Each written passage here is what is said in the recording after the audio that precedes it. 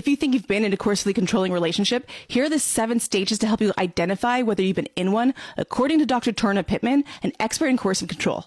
If you don't know, coercive control is very similar to narcissistic abuse because they both follow very similar patterns.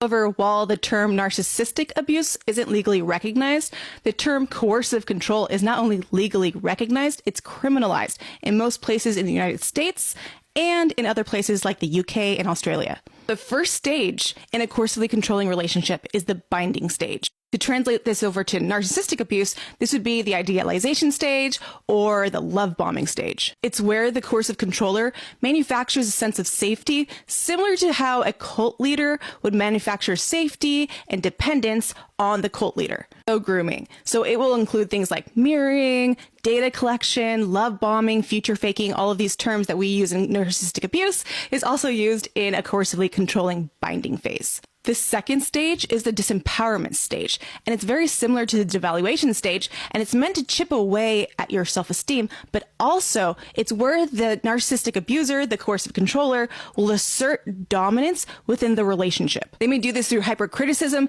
assuming a sense of superiority in conversation, manipulation, gaslighting, and really it's an attempt to assert dominance over you in a relationship, assert authority over you in a relationship, and chip away at your self-esteem and autonomy. You may leave conversations with them feeling disempowered, smaller, and minimized. The third stage is the enduring/management stage, where you self-gaslight, you minimize the abuse, you focus on survival, you take responsibility, you place the blame solely on yourself and not on the coercive controller. And they do this so subtly, they disempower you so subtly that it's very difficult to place the blame on the coercive controller because there's usually no overt forms of abuse yet.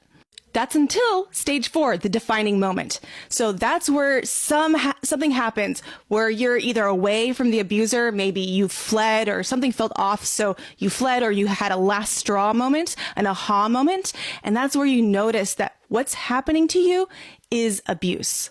This also goes into the 5th stage, the disengaging stage, where you start to label and understand the abuse. The confusion and the fog starts to fade. And in narcissistic abuse, we call this part of our healing or the education phase, which is, hi, welcome to my channel. The 6th stage is the relationship ending stage, and it's similar to a narcissistic discard. The 7th stage is the post-separation abuse stage, and it's where the coercive controller asserts dominance through property settlement, co-parenting, etc.